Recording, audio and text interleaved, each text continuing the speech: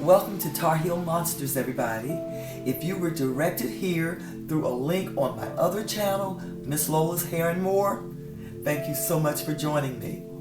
Now, honestly, you're not going to see me wearing gorgeous wigs and glamorous makeup because I am too busy researching some of the most riveting true crime cases that have been perpetrated in my Tar Heel state of North Carolina.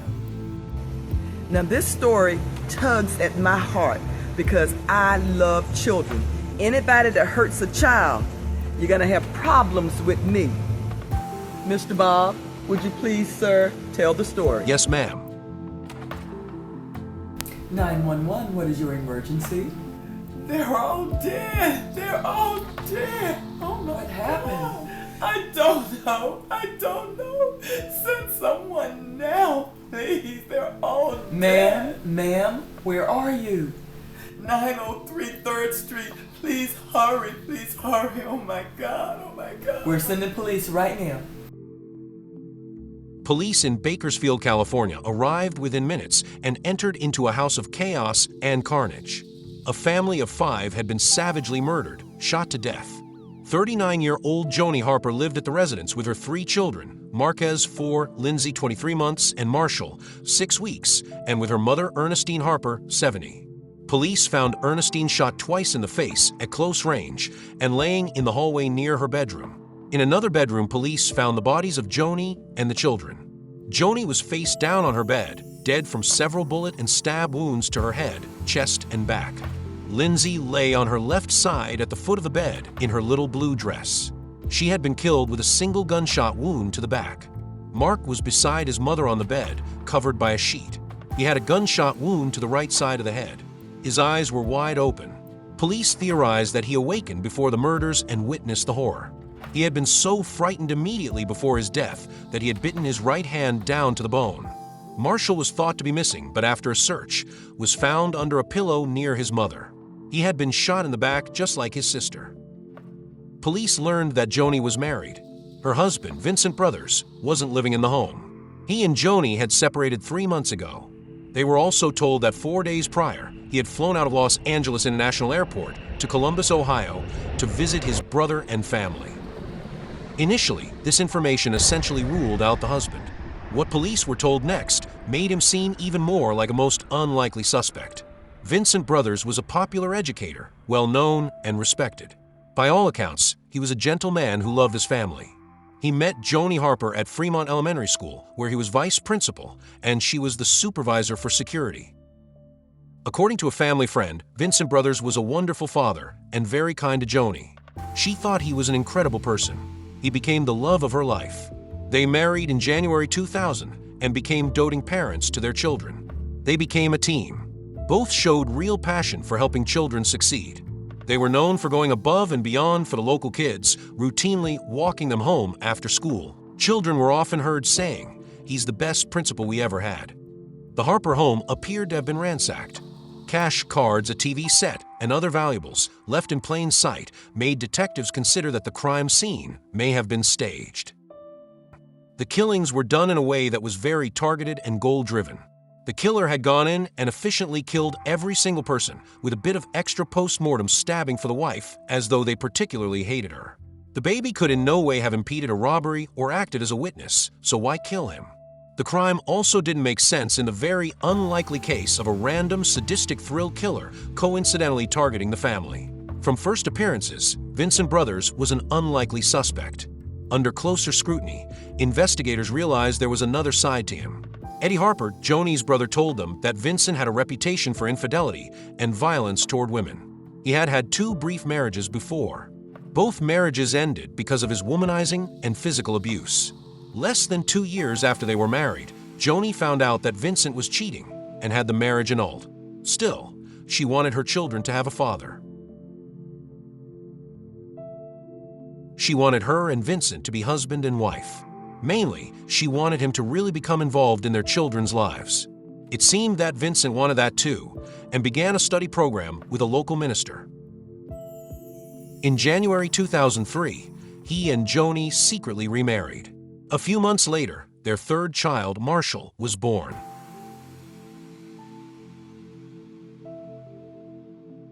Shortly afterwards, Vincent started making odd disappearances. He would leave for 3 days, wouldn't say where he was going, and when he came back, Joni could not question his whereabouts, or who he was with, or what he was doing. The usual suspect when a wife is murdered is the husband. Vincent Brothers just solidified his place as the #1 suspect in the slaughter of his family.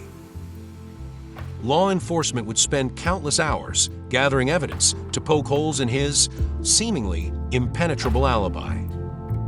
Vincent Edward Brothers was born May 31, 1962. He was one of 10 children raised in the coastal town of Elizabeth City, North Carolina. His mother Margaret struggled with rearing several boys in the small town where mischief could easily lead to delinquency. She worried less about Vincent. He never gave me any kind of trouble. He was blessed with the gift of knowledge cause he never had to study. He took things serious, but I never saw him down or depressed or going through anything. A childhood friend remembered Vincent as having a kind of Pied Piper popularity. Kids gravitated to this guy like you wouldn't believe. They'd run out like he was the ice cream man. They loved him. Vincent had a desire early in life to pursue broader opportunities. He left Elizabeth City and attended Norfolk State University, where he received a bachelor's degree. He also served in the Marine Reserves and in the mid-'80s headed west to complete his master's degree at Cal State in Bakersfield, California. His excellent credentials, amicable personality, and rapport with children were always on display. He was very popular and well-liked, which added to his exemplary image as the assistant principal at John C. Fremont Elementary School in Bakersfield. Police tracked Vincent Brothers down at his mother's home in Elizabeth City, North Carolina, and broke the news to him about his family's murders. He nearly collapsed in his mother's arms. She held him tight. He broke away from her and started running, screaming and hollering. The police in North Carolina talked to Vincent, hoping for leads.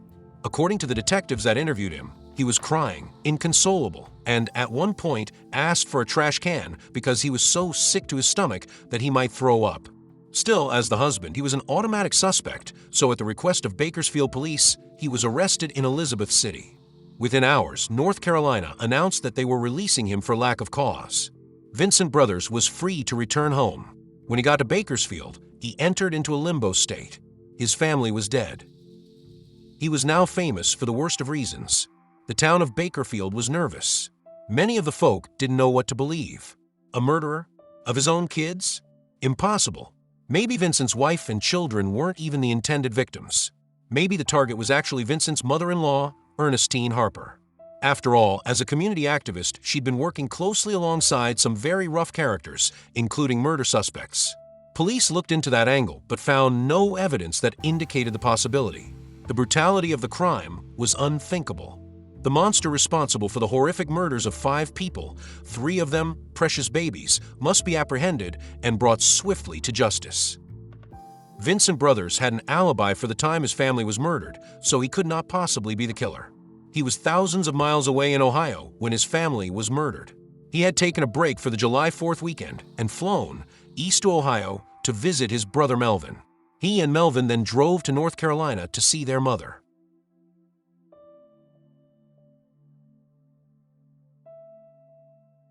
Joni stayed home to enjoy fireworks and barbecues with her mother and the children.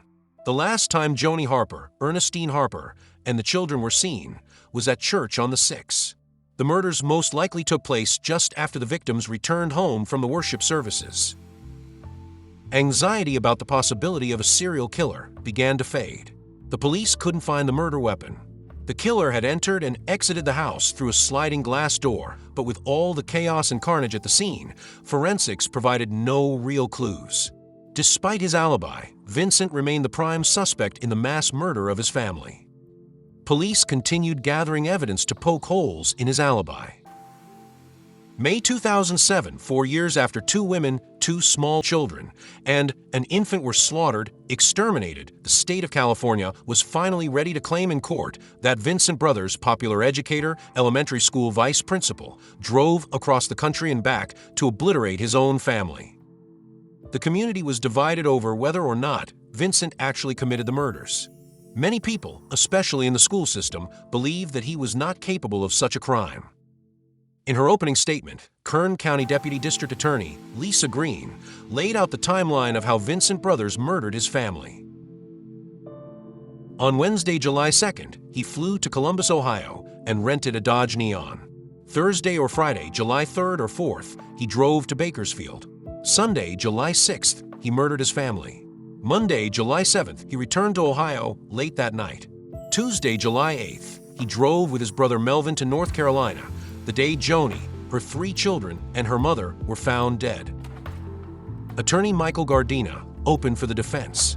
We will introduce evidence that proves Vincent Brothers was in Ohio with his brother Melvin and his family the entire holiday weekend.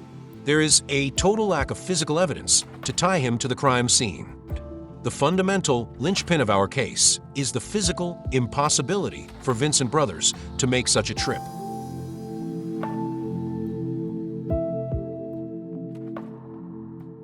FBI profiler Mark Safaric begged the question of how the killer broke into the house without alerting its occupants.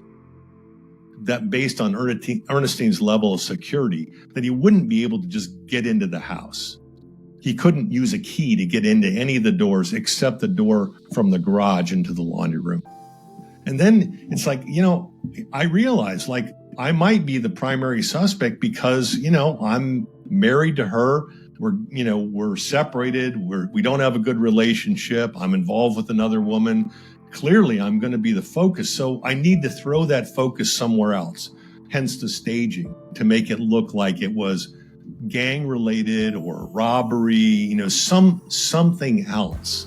But the killing of the children, when you see that, especially with really young children, especially a 6-week-old, what was the point in killing, Marshall? It's just terrible. And I think when you think about this, the level of evil for somebody, the parent of your 4-year-old son who is looking at you, watching you walk up to him, terrified, but bitten his fingers to the bone. There's blood everywhere from this. And to shoot your son while he's looking at you in the forehead and literally be totally unaffected by that is just evil. Joni's wounds indicated she had been sleeping when she was shot, that she was killed first. After examining the crime scene, Safaric decided that it didn't look like a financial gain crime.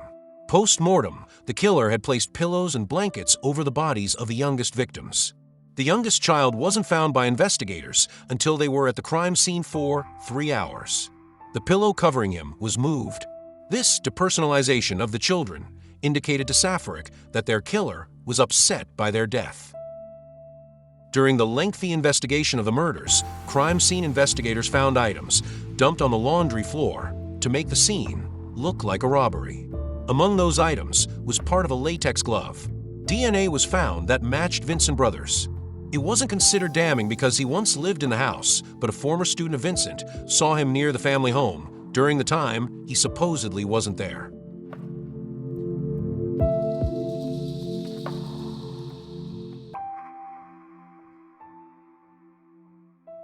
The state proffered evidence that contradicted every point of Vincent Brothers' alibi. They presented rental records that showed he put 5,400 miles on the rental car, 2,300 miles Thursday or Friday from Columbus to Bakersfield to slaughter his family sometime Sunday, July 6th. Then 2,300 miles back to Ohio late Monday night. Early the next morning, Tuesday, July 8th, he and Melvin got into the same Dodge Neon and drove more than 600 miles to see their mother in North Carolina. The defense tried to explain the excessive mileage.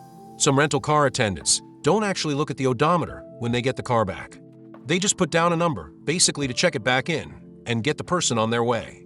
Some also drive the cars before recording the mileage. Next, the prosecution presented a truly creative piece of investigation direct from the land of CSI. Bug expert Dr. Lynn Kimsey from University of California, Davis Bohart Museum of Entomology had examined the grill of the rental car and found scores of dead insects. Mute evidence that told a remarkable and damning story. She testified that she removed every fragment and every piece of bug and identified them. She found 4 or 5 species of insects in the radiator that were only found west of the Rockies. She stated firmly, There was absolutely no way that those bugs could have gotten into the radiator if Brothers only remained in Columbus, Ohio. Vincent presented more evidence that placed him in Ohio, not California, when the murders happened. His cell phone records confirmed that there were some calls made from Columbus when he was supposedly on his way to Bakersfield. The most important proof revolved around an incident that occurred on Sunday, July 6th. Vincent alleged that he was stopped at an intersection in Columbus when a young boy on a bike accidentally hit his car. Nobody was hurt. No police report was filed. An Ohio investigator was called in and went to work for the defense, scouring Columbus, looking for anybody who had seen the incident. He found them. 2 witnesses from a neighborhood had seen Vincent and the blue car.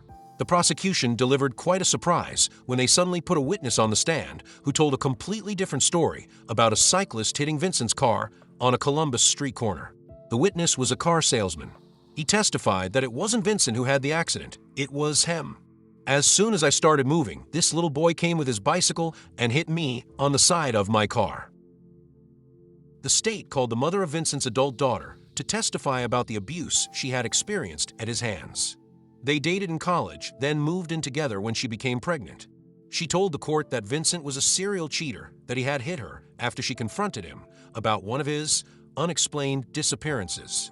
He could turn on a dime, just like that. His face was so evil, he scared the living life out of me. Vincent spent several days in jail after that incident, but denied attacking her. His disappearances turned out to be covers for serial infidelity. Vincent's brother Troy was supposed to be his ultimate alibi. He had already sworn that he and Vincent had spent the Saturday before the murders in New York driving around to investigate universities for Vincent's graduate work. Unfortunately, he had no receipts to prove it.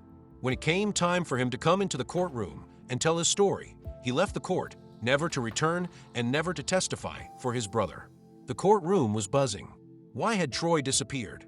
The defense gave the excuse that Troy was the only member of the family who had a felony record. It was their practice to never put a convicted felon on the stand. The prosecution suspected that the defense was more concerned about Troy being impeached for lying under oath. The prosecution wanted to destroy Melvin Brothers' credibility next. He was Vincent's main alibi witness and had given several versions of his dealings with his brother that weekend. First, he saw him at his home sometime Saturday. Then, he saw him on Sunday.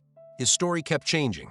After a barrage of questions from a prosecution that he couldn't answer, Melvin broke and confessed to lying. He didn't see Vincent from Friday night until late Monday. One of his alibis was a pair of store receipts for items bought in North Carolina on the day of the murders. Upon examination of those credit card receipts and store surveillance, it was found that Melvin had been using Vincent's card and forging his signature. Initially, Melvin lied when confronted about it, but later admitted that he had done so at Vincent's urging. Vincent had given him his credit card for an alibi. Had he done the same with his cell phone, the one that seemed to prove Vincent's presence in the Midwest, far from the crime scene, all weekend? Vincent Brothers took the stand in his own defense. Despite the mountain of evidence presented against him, he cried a river of tears, professing his innocence and vehemently denying killing his family and Ernestine Harper. Mark Safaric believed that he cried on the stand not for his family, but for himself because he got caught and knew, essentially, that his life was over. Michael Gardina closed strong. We gave you witnesses. We gave you medical experts to show that Vincent Brothers could not be the perpetrator of this crime. There's a total absence of evidence to put Vincent Brothers in a house when those homicides occurred on Sunday, July 6th. Plus, we've presented other mitigating factors such as no motive, no life insurance, no threatening lover. This defendant, Vincent Edward Brothers, he is an educator, a kind man who has only helped children. He is not a family annihilator. Just because he cheated on his wife certainly doesn't mean he killed her and Ernestine Harper and his 3 children. Vincent Brothers is a greedy, selfish man who killed his family to avoid paying alimony in his impending divorce. He's got 3 kids that are very young. He would have to pay child support for the next 20 years. He was in a relationship with another woman. His family was in his way. Essentially, Vincent Brothers just wanted a clean slate. Not only is he guilty of serial infidelity, he is guilty of the massacre of his wife, Joni Harper, his 2 sons, Mark and Marshall, his daughter, Lindsay, and his mother-in-law, Ernestine Harper. Innocent men do not lie. He looked you in the eye, and he lied. And that's because he is an evil man. What he did was evil. I'm asking you to return verdicts of guilty because that's what justice calls for, and that's all that is left. On May 15, 2007, 45-year-old Vincent Edward Brothers was convicted of 5 counts of first-degree murder. The conviction carried the special circumstance of multiple murders. Superior Court Judge Michael Bush denied a defense request for a new trial and instead scheduled a hearing to determine whether Vincent Brothers' attorneys should be held in contempt of court for impugning the court's integrity in court filings and asking a witness questions the judge had prohibited. On May 29, 2007, the jury returned the harshest sentence the law allows: death. According to a sheriff's department spokesman, detention deputies found that Vincent had hidden handmade handcuff keys in his hair and placed his leg restraints on one leg, which rendered them ineffective. He was returned to Lerdo Jail under additional security measures. On September 27, 2007, Judge Bush officially sentenced Brothers to death, ordering him to pay restitution. He was taken into custody by the California Department of Corrections and placed on death row at San Quentin State Prison. His actions and the trial made headlines as one of the most notable criminal cases in Bakersfield's history.